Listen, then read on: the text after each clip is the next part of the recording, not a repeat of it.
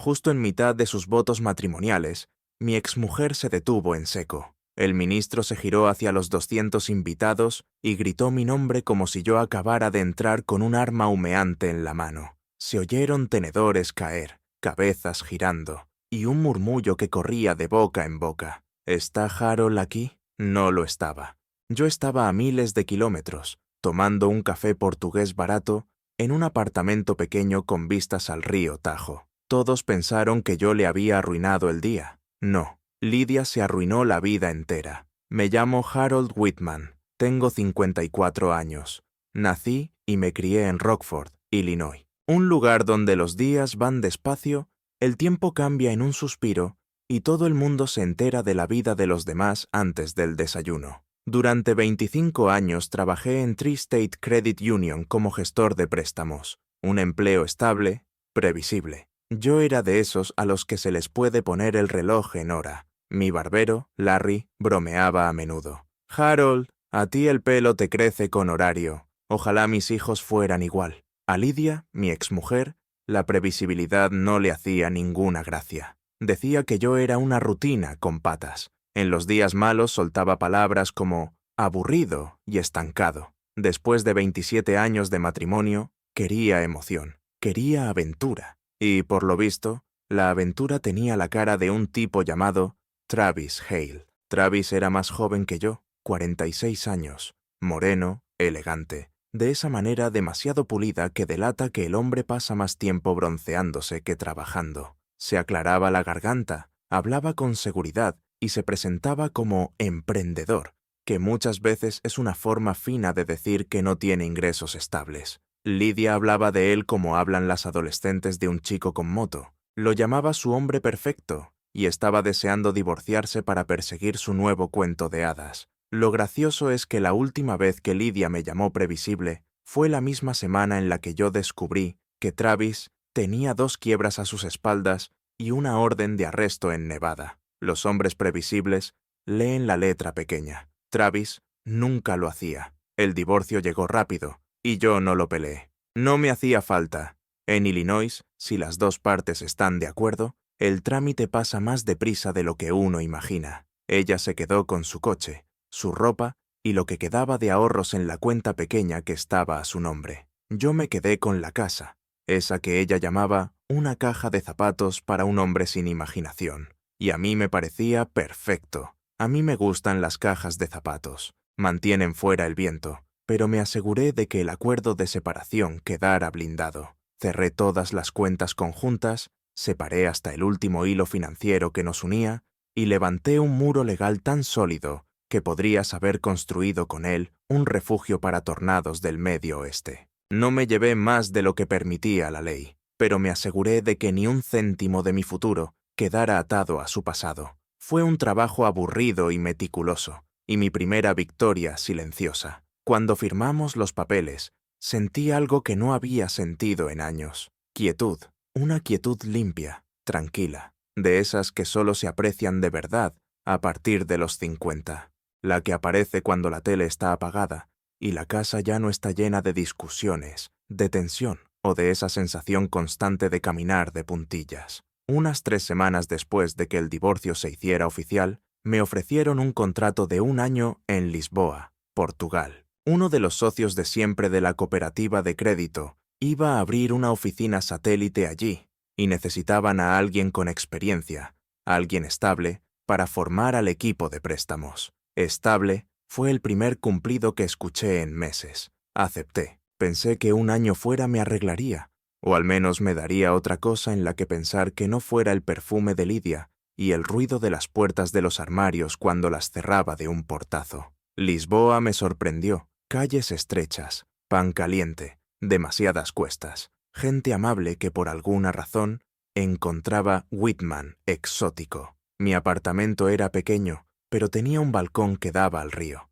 y cada mañana el sol golpeaba el agua de la forma exacta, y durante unos segundos lo convertía en oro. Yo respiraba esa sensación de novedad, dejando que el pasado se me desprendiera como pintura vieja. Durante un tiempo, ni pensé en Lydia. Hasta que una tarde, haciendo cola en una cafetería diminuta en Alfama, el móvil vibró. Era un mensaje de un vecino de toda la vida en Rockford. ¿Te has enterado? Lidia se casa este sábado. Venía adjunta una foto de Lidia y Travis sonriendo como si acabaran de ganar la lotería, en vez de ser dos personas paradas sobre un agujero financiero a punto de tragárselos. Me quedé mirando la imagen sin saber si reírme o negar con la cabeza. Ahí estaba ella, con un vestido demasiado blanco para alguien que había provocado un divorcio 3 meses antes. Y Travis parecía que había tomado prestada cada prenda de un hombre tan rico que ni se daría cuenta de lo que le falta en el armario. Los comentarios de la publicación eran todavía peores.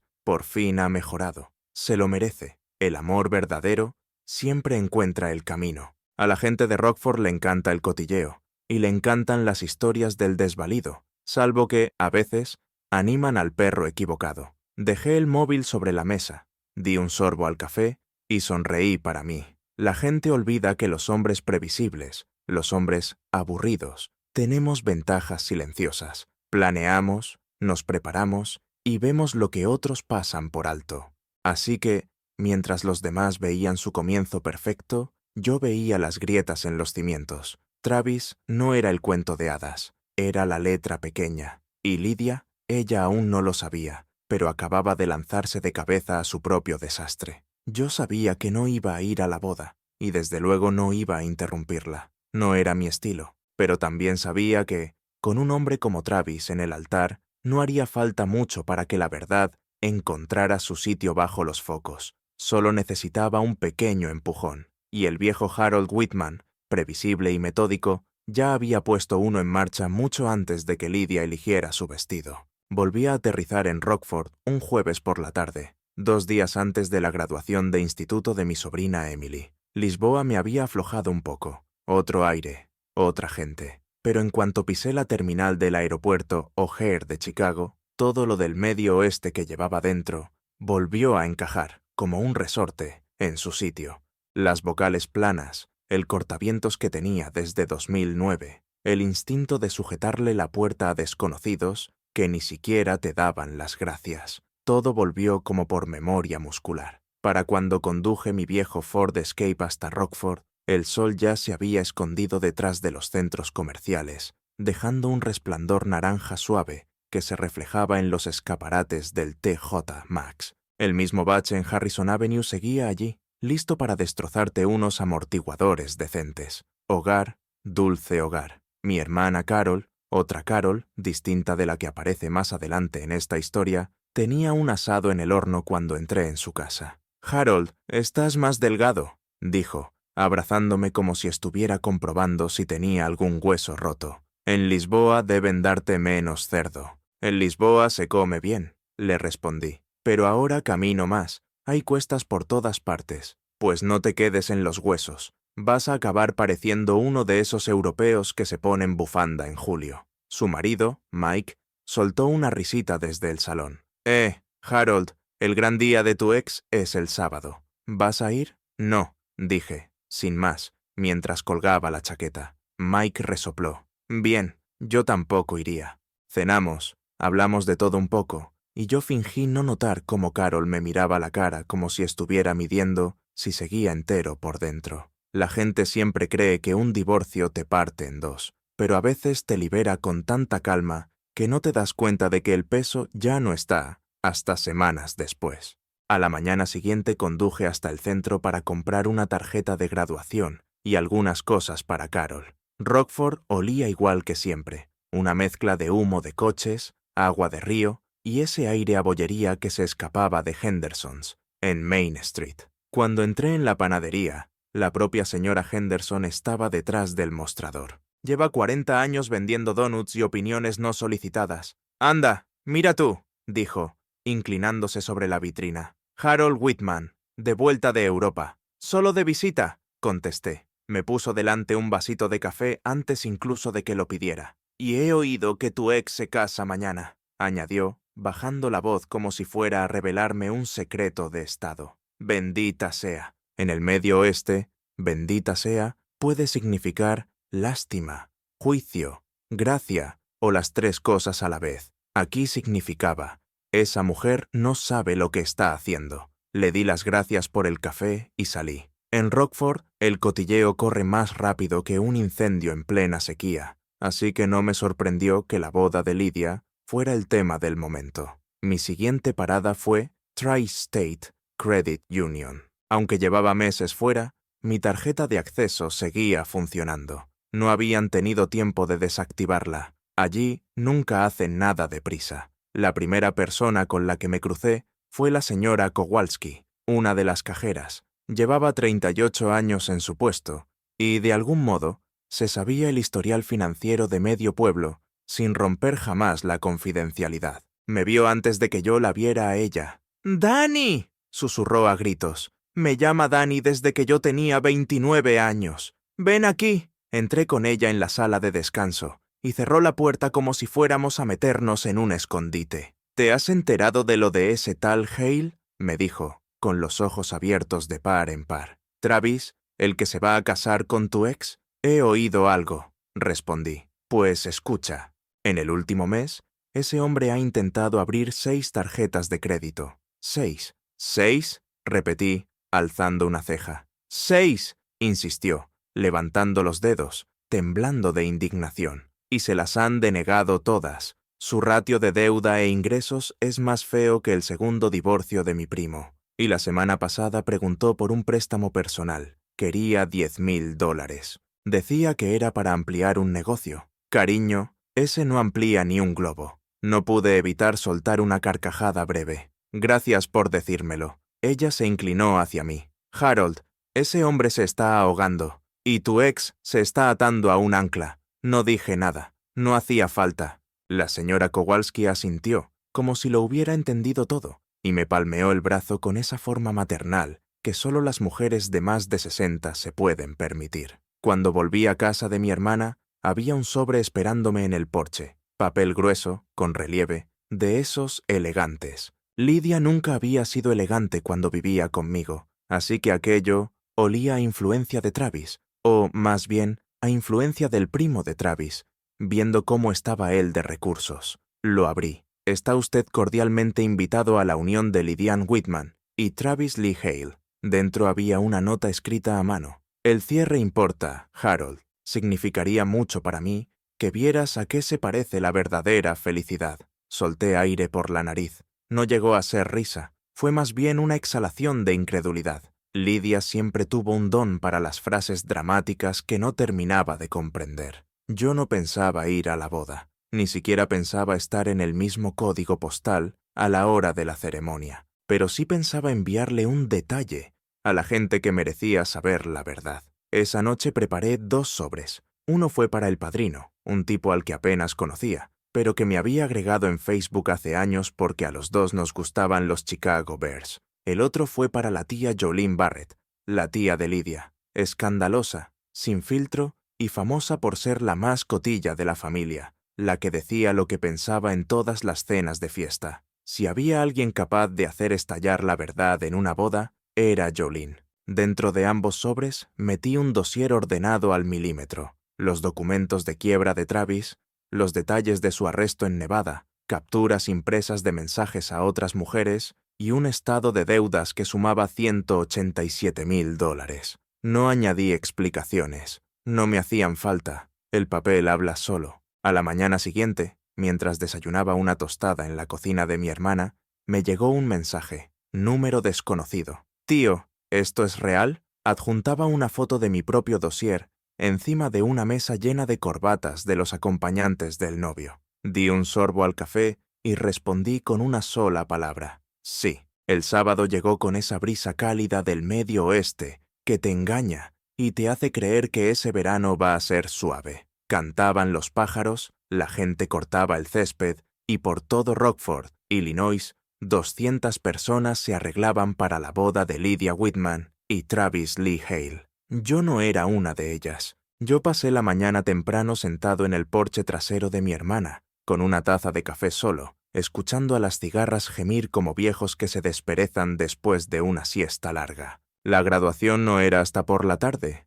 así que tuve tiempo de ver cómo despertaba el barrio, los camiones pasando, los niños en bici camino del parque, el cartero moviéndose como si el tiempo no tuviera autoridad sobre él. Era tranquilo. y la tranquilidad es algo que, a mi edad, aprendes a valorar de verdad. Sobre las 10:30 llegó el primer mensaje. Era una foto, un pasillo de sillas plegables blancas bajo una carpa enorme e inflada por el viento, detrás del salón de la iglesia de San José. La típica carpa que en Rockford se alquila para cualquier boda, aniversario o fiesta de graduación desde hace 20 años.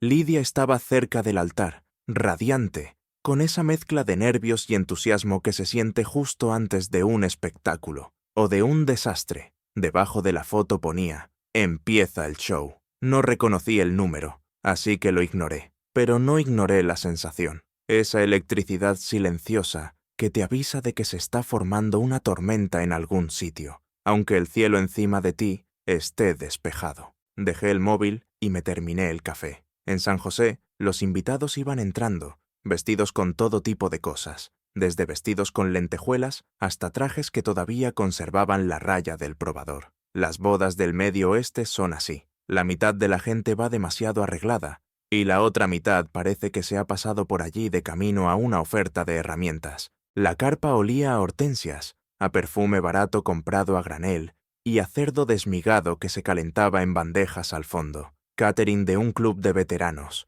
A Lydia le encantaba todo lo que pareciera de categoría, pero también le encantaba ahorrarse $1. Una combinación curiosa para una mujer que iba persiguiendo una fantasía. Travis estaba nervioso. Los novios suelen estarlo, sí, pero lo suyo no era el típico temblor de pies fríos. Se le iban los ojos de un lado a otro, como un hombre buscando a sus acreedores, y supongo que, en cierto modo, lo estaba haciendo. Entonces apareció la tía Jolene Barrett. Su vestido floreado parecía haber peleado con los años 70 y haber ganado. Resopló, se aclaró la garganta y llevaba el pelo cardado tan alto que podría haber tenido su propio código postal. Caminaba con esa seguridad rápida de quien se ha levantado ese día y ha decidido que no le teme a las consecuencias, porque la tía Jolene llevaba mi dossier en el bolso, entero. Los papeles asomaban como pequeñas aristas de verdad.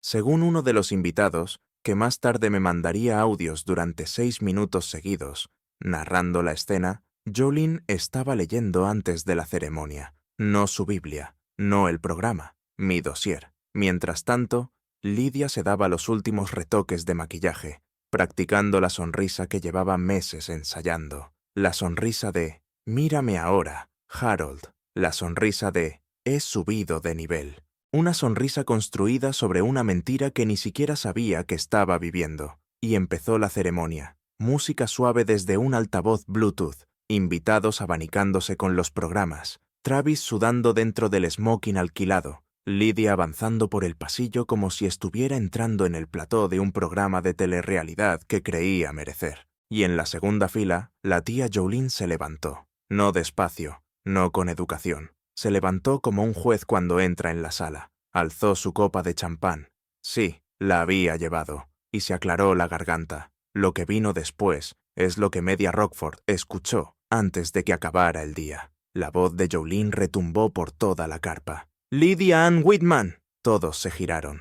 «¿Seguro que quieres casarte con un hombre que debe $187,000? Los jadeos estallaron en el aire como palomitas. ¿Y que encima vive en el sótano de su primo? Y entonces, silencio. Un silencio tan pesado que podrías haber oído caer un tenedor en el césped, fuera de la carpa. Los invitados se quedaron congelados. Un par de niños dejaron de perseguirse y se quedaron mirando, con los ojos como platos, a los adultos que de repente habían olvidado cómo se respiraba. El ministro bajó el librito, como si no supiera si seguir o llamar a seguridad. ¿Y Lydia? Lydia se quedó pálida, no pálida de vergüenza, no pálida de frío, pálida de verdad estrellándose contra las ventanas del dormitorio. Abrió y cerró la boca sin que saliera sonido, como un pez sacado del agua demasiado rápido. Entonces Travis hizo su jugada. No lo negó, no explicó nada, ni siquiera le recriminó nada a Jolene. Simplemente salió corriendo. Se lanzó por el pasillo lateral, pasó junto a la mesa del buffet, pasó al lado de un ujier paralizado que sostenía una cesta de pétalos de rosa y salió por la abertura de la carpa como un mapache culpable pillado robando una nevera. Algunos invitados empezaron a susurrar, ¿Esto es verdad? ¿Ha sido Harold? ¿Quién vive en el sótano de su primo con 46 años? Madre mía, que alguien grabe esto. Lydia reaccionó de golpe. Se le cayó el ramo y se puso a gritar. ¡Travis! ¡Travis, vuelve aquí! ¿Qué es esto? ¿Quién ha hecho esto? Pero no lo persiguió. Agarró el móvil. Claro que lo agarró. Y me llamó. Yo estaba en el salón de mi hermana, ayudando a Mike a arreglar una estantería torcida, cuando el teléfono vibró. Lydia. Dejé que sonara 2 veces antes de contestar. No sé por qué. Quizá por puro dramatismo. Quizá porque quería escuchar, al otro lado, el chisporroteo de la humillación. Cuando por fin respondí, ella ni saludó. Harold, siseó. ¿Dónde estás en Rockford? Tranquilo como un lago en invierno, dije. ¿Has hecho tú esto? ¿Has enviado algo? ¿Has hablado con Jolene? Me apoyé contra la pared, mirando una foto enmarcada de mi sobrina con el uniforme de la banda de música. Me invitaste a tu boda, Lydia, dije. Querías que viera a qué se parece la verdadera felicidad. Pues parece que hoy la ha visto todo el mundo,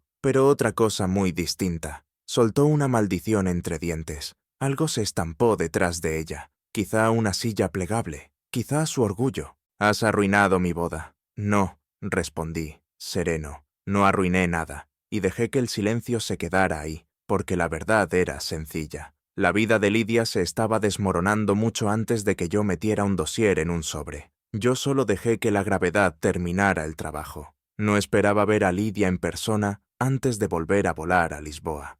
Después de que su boda explotara como un petardo del 4 de julio en un campo seco, supuse que se escondería en algún sitio, tal vez en casa de su hermana, tal vez en el sótano del primo donde Travis vivía, antes de salir disparado de la carpa como un hombre huyendo de Hacienda. Pero Lydia siempre me ha sorprendido, no en el buen sentido, sino de forma atrevida. A la mañana siguiente de la boda, que no fue, conduje hasta el restaurante familiar de Bay, el mismo sitio donde había comido pastel de carne durante 20 años, el lugar donde aún hacen las patatas a la plancha, en una plancha más vieja que la mayoría de los empleados, el lugar donde las camareras te llaman cariño, incluso después de decirte que la tostada se ha quemado. Me deslicé en un reservado junto a la ventana y pedí lo de siempre, café solo, huevos revueltos y tostada integral. Sencillo, previsible, reconfortante. Fuera, los coches pasaban por East State Street,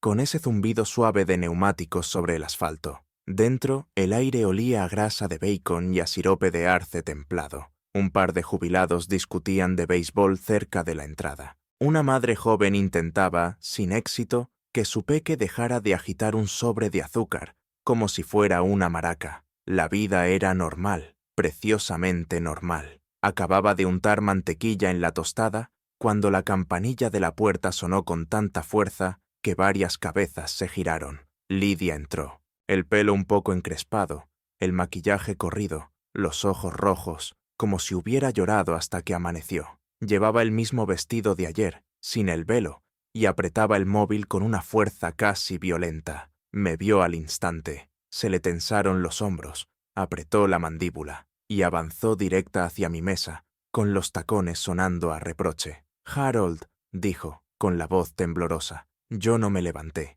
ni siquiera dejé el café. «Buenos días, Lydia. Tú has hecho esto». Se le quebró la voz. «Le enviaste algo a Jolene, ¿verdad?» La camarera, Linda, una mujer de 60 y tantos con peinado alto y una voz rasposa de nicotina, se detuvo a nuestro lado. «¿Todo bien por aquí, cariño?» Yo asentí. «Sí, solo estamos hablando». A Lydia se le cortó la respiración. Se sentó frente a mí en el reservado sin pedir permiso. «Me humillaste», dijo más alto de lo que debía, «delante de todo el mundo, delante de mis padres, de mis compañeros de trabajo, de mi grupo de la iglesia. ¿Te das cuenta?» Di un sorbo lento al café. «Entiendo que estás enfadada». «¡Enfadada!», repitió, casi atragantándose con la palabra. Me dejaron plantada en el altar, en una carpa detrás de una iglesia. Eso es peor que si te dejan tirada en un juzgado. La gente lo grabó. Seguro que ya está en internet. Varios clientes fingían, de manera muy evidente, que no escuchaban. En Rockford, fingir que no cotilleas es mirar fijamente los pancakes, inclinándote un poco más de la cuenta. Esperé a que Lydia parara para respirar, y en lugar de contestar a lo suyo, Le hice una pregunta. ¿Por qué has venido de verdad, Lidia? Le tembló el labio. Bajó la mirada a la mesa. Yo no lo entiendo. Travis me prometió cosas. Dijo que estaba montando una empresa, que tenía inversores, que viajaríamos, que... Se encogió, como si le doliera decirlo. Dijo lo que hizo falta para que yo me lo creyera. Luego levantó la vista. ¿Y tú? Susurró. Tú no intentaste impedir nada. Me dejaste irme como si no te importara. Ahí estaba. No era rabia, no era humillación, era soledad. Siempre termina asomando, tarde o temprano. Pero no le ofrecí compasión. No esta vez. No después de todo. Tú elegiste, dije en voz baja. Hace mucho. Lidia se limpió la nariz con el dorso de la mano. Harold, ¿podemos empezar de cero? Solo hablar. ¿Podemos intentarlo otra vez? Dejé la taza sobre el plato, y por fin dije lo que llevaba guardado en el pecho desde el momento en que me llamó aburrido, con la boca aún caliente de los besos de Travis. Me incliné un poco, bajando la voz lo justo para que ella tuviera que acercarse también. Lidia, no me dejaste por un hombre mejor, dije suave. Me dejaste por una historia mejor. Y resulta que la historia era ficción, y ahora te ha tocado pagar la factura. Su cara se retorció, confusión, rabia, comprensión, todo chocando a la vez. El comedor se quedó en silencio. Incluso el niño dejó de golpear el sobre de azúcar. Dejé que el silencio creciera, largo, lento, más pesado que cualquier discusión que hubiéramos tenido. Lidia abrió la boca, pero antes de que pudiera decir nada, metí la mano en el bolsillo de la chaqueta. Saqué una carpeta y la dejé sobre la mesa. ¿Sabes lo que es esto? Pregunté. La miró como si fuera a morderla. ¿Otro dossier de las mentiras de Travis? No, la deslicé hacia ella. Este es sobre mí. Dudó, pero al final abrió la carpeta con dedos temblorosos. La primera hoja era un documento de cierre. La casa, dije. La que me dijiste que me quedara porque nunca te gustó. ¿Te acuerdas? Ella tragó saliva. Sí, terminé el sótano. Puse la terraza de atrás que siempre quisiste. Reformé la cocina. La puse a la venta el mes pasado. Sus ojos recorrieron las cifras. Se le cortó el aire. Después de impuestos, seguí. Me quedaron $312,000. Se le escapó un jadeo pequeño. Ese dinero ya está ingresado. Hice una pausa, dejando que el peso de la frase se asentara. En una cuenta bancaria en Portugal. Otra pausa. Solo a mi nombre. Lidia cerró la carpeta de golpe y la apretó con las palmas, como si pudiera aplastar la verdad impresa. Harold, susurró, casi inaudible. ¿Vendiste la casa? Sí. ¿Y no se te ocurrió decírmelo? Ya no era tu casa, parpadeó rápido. Se le llenaron los ojos de lágrimas. Yo no sé qué decir.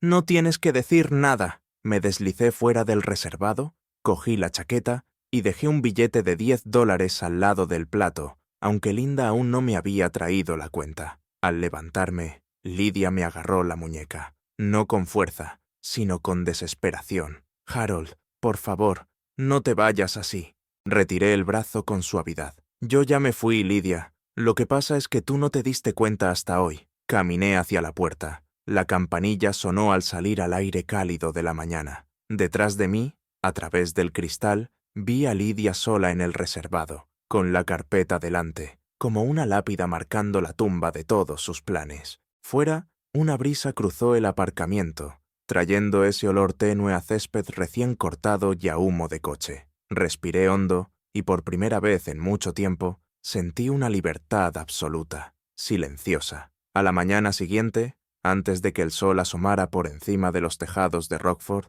me desperté más temprano de lo habitual. Quizá fuera el desfase horario. Quizá fueran los acontecimientos de los 2 últimos días, repitiéndose en mi cabeza como una vieja cinta de VHS. O quizá fuera algo más sencillo, una sensación de cierre asentándose en el pecho, suave pero firme, como la última pieza de un puzzle encajando por fin en su sitio. Me senté en el borde de la cama de invitados, en casa de mi hermana, escuchando el zumbido lejano del frigorífico en la planta de abajo y el tic-tac apagado de un reloj de pasillo que llevaba más de 30 años en la familia. La casa olía ligeramente al asado de la noche anterior y al detergente de limón para los platos. Olores normales, familiares, de esos que te recuerdan que la vida no se detiene, aunque todo lo demás parezca hacerlo. Mi vuelo de regreso a Lisboa no salía hasta última hora de la tarde. Así que di un paseo en coche, sin prisas, por Rockford. Pasé por el viejo parque de bomberos, por el parque donde Lidia y yo empujábamos a nuestra sobrina en los columpios, por la cooperativa de crédito donde había pasado media vida adulta, explicando condiciones de préstamos a gente que necesitaba a alguien estable que les guiara. No me detuve en ningún sitio. Dejé que la ciudad desfilara tras los cristales, cada giro cerrando una puerta que ya no necesitaba mantener abierta. Sobre las 10 aparqué cerca del río Rock y me bajé. El aire ya empezaba a calentarse, trayendo ese olor terroso a agua y hierba de verano. Unos patos se deslizaban por la superficie como si el río les perteneciera. Una pareja pasó en bicicleta a mi espalda. Al otro lado del río, alguien pescaba, aunque por la postura encorvada, dudé que estuviera sacando nada. Me quedé allí un buen rato, con las manos en los bolsillos, sintiendo cómo la corriente lenta tiraba suavemente de los bordes de mis pensamientos. El móvil vibró. Un mensaje de mi hermana. Solo quería saber cómo estás. El desayuno está en la nevera si te apetece. Estamos orgullosos de ti.